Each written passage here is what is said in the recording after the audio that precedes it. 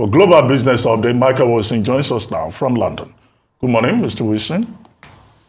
Morning. Let's look at Asia Pacific first, as we normally do. The standout here is Taiwan, which Taiwan's market returned from holiday yesterday to the market today, down about 4% because of US export controls on high-end tech that are meant to limit China's ability. That's hit one of their big chip makers, TSMC.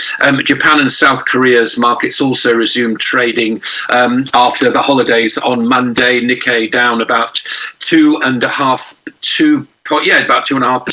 The Hong Kong down about 1.5%. Shanghai down, around more or less level, gained very, very slightly, but only very, very slightly. We need to turn our attention to Japan, which posted what for them, for the month of August, their lowest ever current account surplus. Japan is suffering, as it probably, we've been talking about this, surging prices of energy imports, particularly outstripping price rises and exports, and as it's put here, draining national wealth. It normally is a very, very strong exporting country, as you know, and it's now not that. And also, there is news this morning that the Prime Minister of Japan is very happy with the Bank of Japan's relatively soft approach to rising inflation. So don't expect any massive rate increases there, if the Bank of Japan and the Prime Minister are to be believed. As far as the United States is concerned, stock futures fall. The Nasdaq down to a 2-year low yesterday. Dow futures down about 179 points. It was a lot to do with the drop in semiconductor stocks as well, and also a warning from the JP Morgan CEO Jamie Dimon, who's been interviewed. He's been warning that the US would, as he put it, likely fall into recession over the next 6 to 9 months, depending on whether or not the Fed can engineer a hard landing or not. That's just maybe. He's an important person, so we look at those kind of forecasts and think, well, possibly he may well be right. That's the positioning of JP Morgan this morning.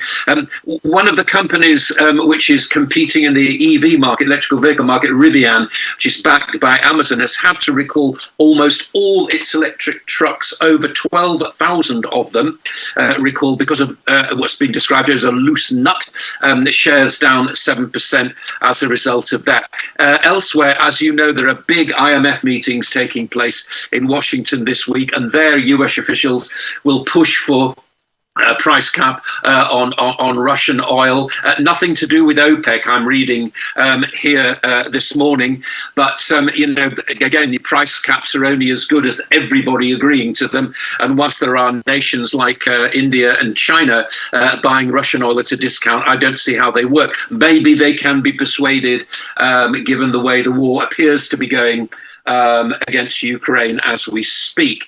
The markets are still actually testing the credence of the Chancellor in the UK, Kwasi Kwarteng. He's bringing forward the budget. In other words, the fiscal forecasts, which are now going to be underlined by the Office of Budget Responsibility. He's brought that forward to the 31st of October. But 31st of October, need I tell you, is Halloween, of course. So it writes the headlines itself, that story, doesn't it, really? And a couple of things this morning. The Bank of England didn't manage to quell the markets yesterday, as we thought it was going to do. And so it's going to expand its bond buying program to include gilts, or government securities, government bonds, which are index linked.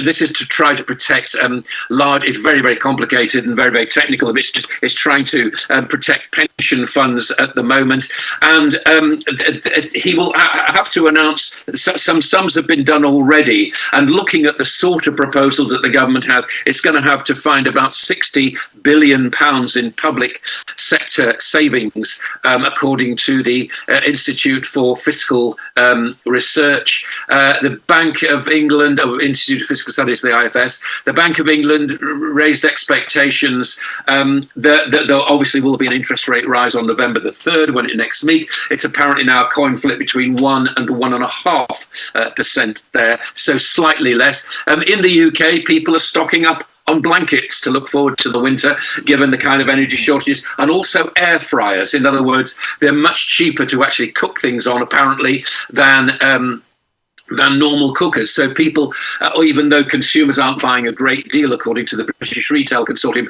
they're certainly not buying TVs and items of that nature. They're actually buying blankets, and they're also buying air fryers. I'm turning to this story. We haven't actually covered a lot of this. This is going to be very big indeed. This is a disgraceful story. I think it probably will rank as one of the horror stories of the decade as it progresses. But basically, we have things called post offices here. We have sub post offices, which are slightly smaller, as their name suggests, and they were all brought into an overall sort of system which is funded, but which is designed by Fujitsu to trace the income and the outgoings of these various sub post offices. And over the years, Fujitsu, the system actually didn't work very well.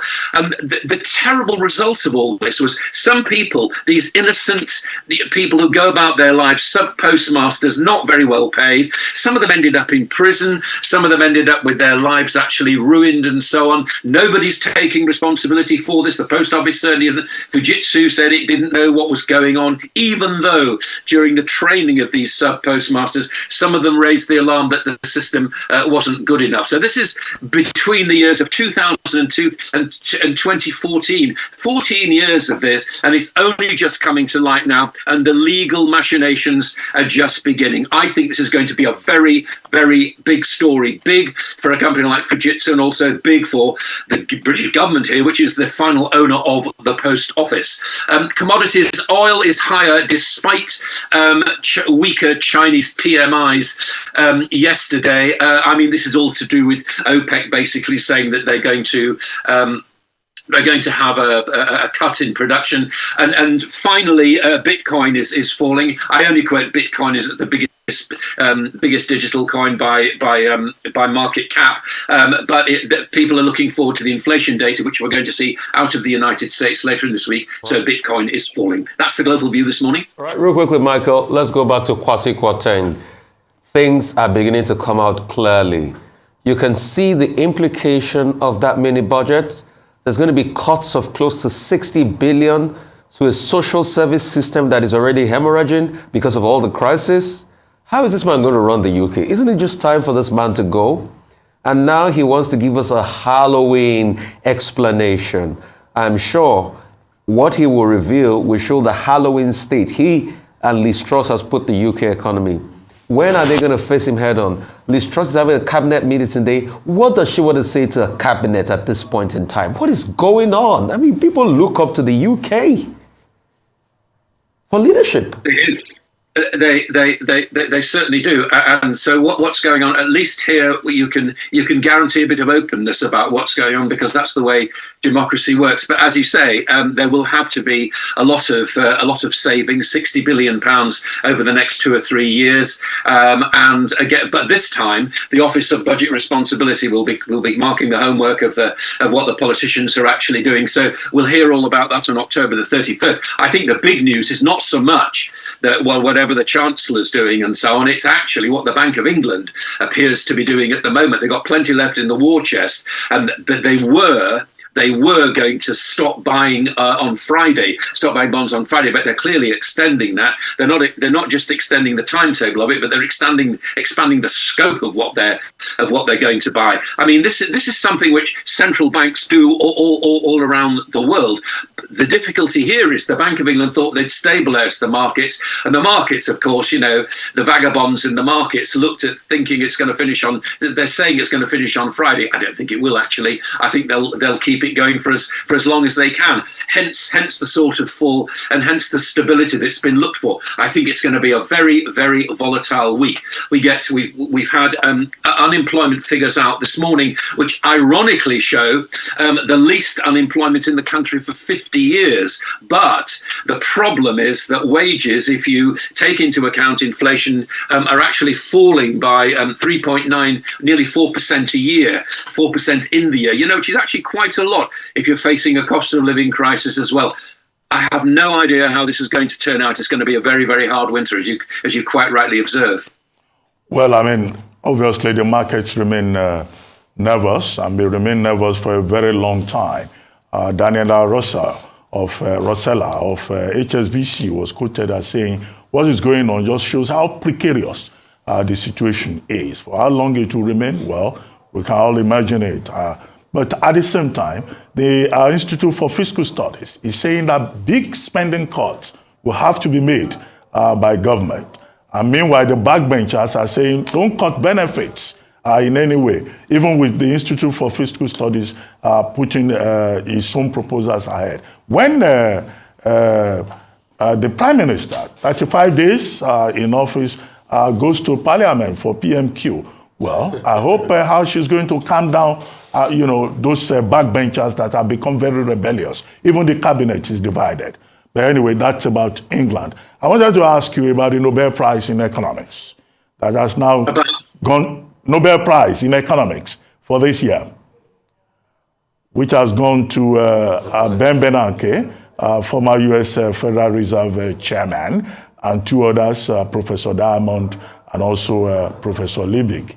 And one point was made there about Bernanke's contributions, his aggressive tax cut, interest rate cutting, and how he intervened to bail out the banks. And the point the Swedish Institute is making about the importance of the banks in the face of financial crisis, and how those ideas expressed by Bernanke have become even more relevant, not just in 2020, but even now. Yeah, I agree. Yeah, I agree with them. Hello? Yes, I agree. I think that central banks are what we've been talking about every day, it seems to me, for the past couple of months, haven't we, about what central banks do. And Bernanke did. I mean, the problem with him is, and the problem with all those kind of prize winners are their links to private business. I mean, this is something which, again, is something which presumably was going on at the same time. But yes, I mean, if that's what the Nobel Peace Prize, Economics Prize wants to be, then who am I to disagree with it? I feel that central banks are very, very important indeed, and the stability of central banks is something. Now, it's arguable that maybe the economy in the United States, when Bernanke was looking after it during the financial crisis, was overstimulated. But again, you never know these things, do you? You don't know how things work out for 10 or 20 years. I mean, yeah, good for them. I agree. Who am I to disagree with their decision? Thank you. We'll move over to Rotus. How's it going, Rotus? How are you? Doing well. Good morning, Rafai. Good morning, Doctor. Good morning to all our viewers. Oil and gas been, dominating the news all in Nigeria these past few months. The Mele Kyari NNPC Limited is saying that there will be a final investment decision on the Nigeria-Morocco gas pipeline next year. It's a $25 billion gas pipeline, 5,600 kilometers, I think, spanning about 13 African countries. Are supposed to, terminate in Morocco and then extend from there through their Maghreb pipeline into Europe, I think into Spain. And it's supposed to, again, $25 billion project. It's supposed to leverage on Nigeria's abundant gas supplies to be able to go into Europe. And this should have been concluded ages ago, but I guess it's a massive project. They just signed the MOU, I think it was last month or a couple months ago. And when you think about where Europe is, the gas crunch that's facing Europe, especially with this winter time, would have been great if this was ready ahead of time and would have already been, profiting off that by now. As you know, currently our gas supplies are through, LNG through ships, which is how it's transported. So this is going to be major. So again, the FID, final investment decision, that will come next year. Bless you. Mele Kyari is also talking about. He's put some numbers to essentially our outputs, the difference we will see or improvement once repairs are made. So he's saying we'll see an extra 500,000 barrels per day output once repairs are made to damaged pipelines. There's also, of course, you've been seeing all the news with respect to vessels stealing oil that have been captured and so on and so forth. So that's another piece of information that he's given us. So again, the numbers are there. If the improvements are made as far as repairs are concerned. How long will these repairs take? Well, he didn't actually put a timeline to it, but he says that they're working on it as quickly as possible, and it's something that we will see. When they put out monthly reports, right? The upstream regulatory subsector of the NNPC Limited puts out monthly reports. In fact, I think it was still at 997,000 or so as far as output on a monthly basis. So that's Is it up to that? I think it's. Oh, it's for the last 3 months or so. It's been around the last couple of months. So output has been affected. In fact, that even affects the DSDPs, the direct sale, direct purchase agreements, where you swap crude for the raw material for what is imported. There's been delays to a number of our partners and so on because our output has been severely impacted by aging infrastructure, vandalism, and also theft. Serena Williams made the news. Her venture capital fund has invested in a seed round for Steers business. Steers is a company here in Nigeria, digital data company that puts out articles on the economy and also makes a lot of. They had the very famous map for the presidential elections in 2019. Very interactive map that showed exactly what the results were. So they're a data research center, and here's a quote here, which says, "One of the main reasons I invested in Steers is not because of my love and appreciation just for Africa, but because Steers has strategically thought of how to increase the investment community on the continent.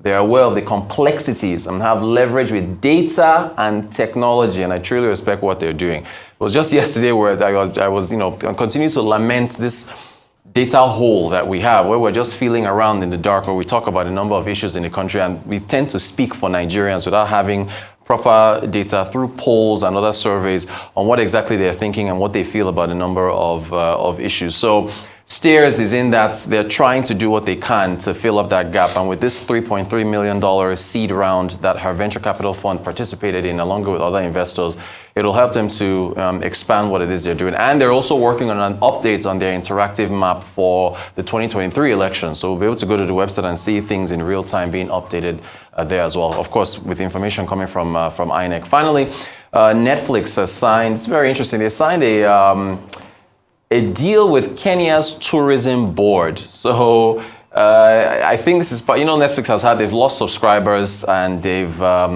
been trying to look for additional revenue streams. They're now going to be putting ads on their lower tiered subscription offers. So I think what it is, the Kenya Tourism Board is going to be paying them to be advertising Kenya tourism for folks that are watching Netflix. So again, I think this is part of Ruto again moving really quickly with respect to trying to get tourism revenue bumped up for the nation. This is what Lagos should be doing. That's what you said that yesterday. This is what Lagos should be doing. You said that yesterday. Because I have always argued, yes, there's an insecurity problem, but anywhere in the world, you have more than enough to sell in terms of tourism. And what about power? No lights. Yes, there's power problem, but anywhere in the world, you have a lot to sell in terms of tourism. What about traffic? Is there no traffic in New York?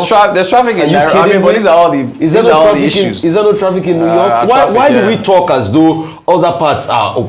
See, everybody packages what they are saying. You are telling me insecurity. South Africa that is selling tourism have one of the worst crime rates in Africa. Are you kidding me? But they have lights. Are you kidding me? It's a refine. With all the power cuts in South Africa? Are you with all the ESCOM power cuts? True, but Rotus, are you saying this? Good point. Oh, good point.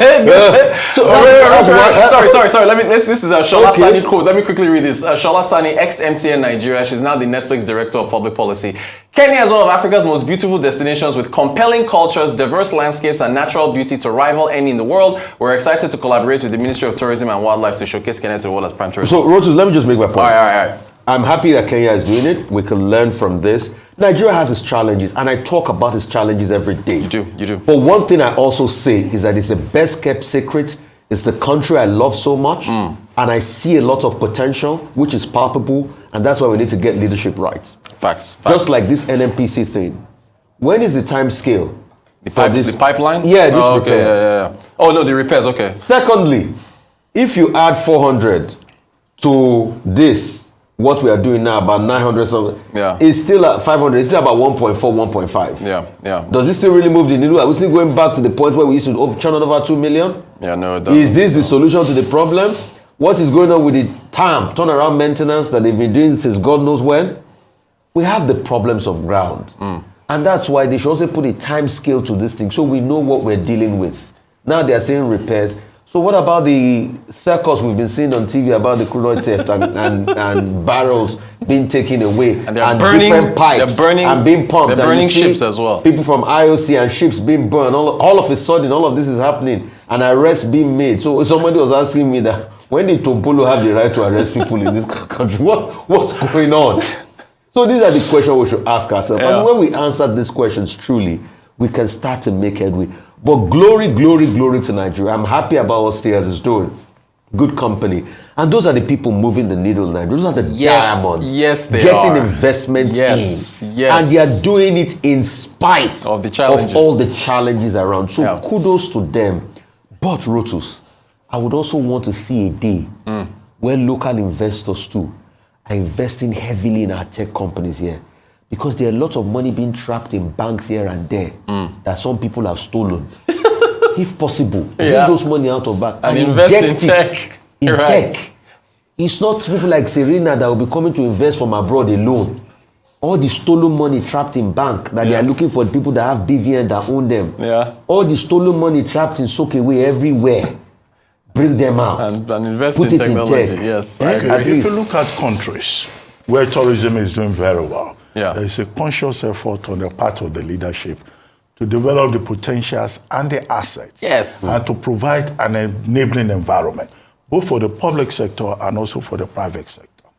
Now, in this country, once upon a time, there was tourism, both on the local scale and people coming to visit Nigeria.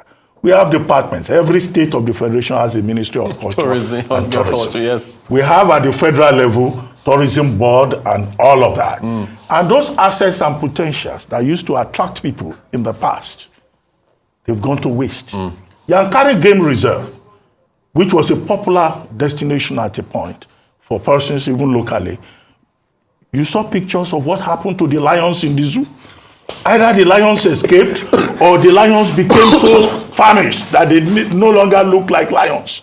The University of Ibadan used to have a zoo. Yeah. You know, a thriving, well-maintained zoo. People used to come from the town. They will, God you bless know, you for go that. out there after going to the zoo. They started stealing those animals to make pepper soup. Dr. Badi, God bless you for that. You said Right? You are. So we have other access. Ikongosi Springs. Okay, if you want to go to Ikongosi Springs, you know, do you want to risk the bad roads? Do you want to risk the security challenges? And so many other spots like that in Nigeria. We have very rich resources. Yeah. They were not making use of them. If you take Kenya, they maintain their tourism sites very well. South Africa, they maintain their tourism sites very well. You know, so nobody will go to assets that are not well developed. Much of the effort that we have in tourism in Nigeria is through private effort. Yeah. And we have to praise those people who are making that private effort.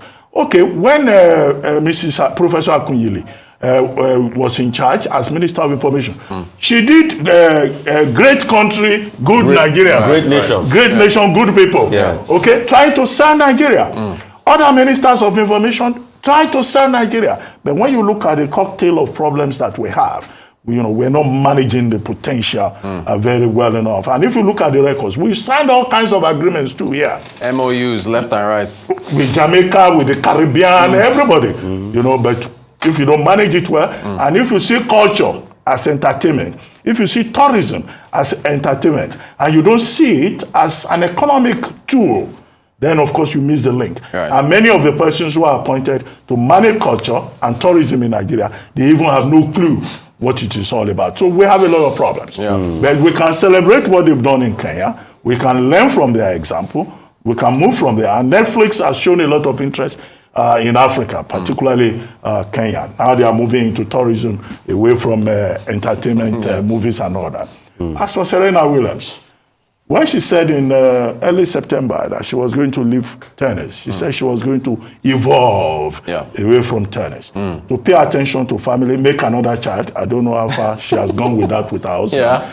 and then also, show interest in business. Yeah. And this is one good example of her showing interest. There are 9 other, investors in this business, bringing the total value of that company to about $4 million dollars or more.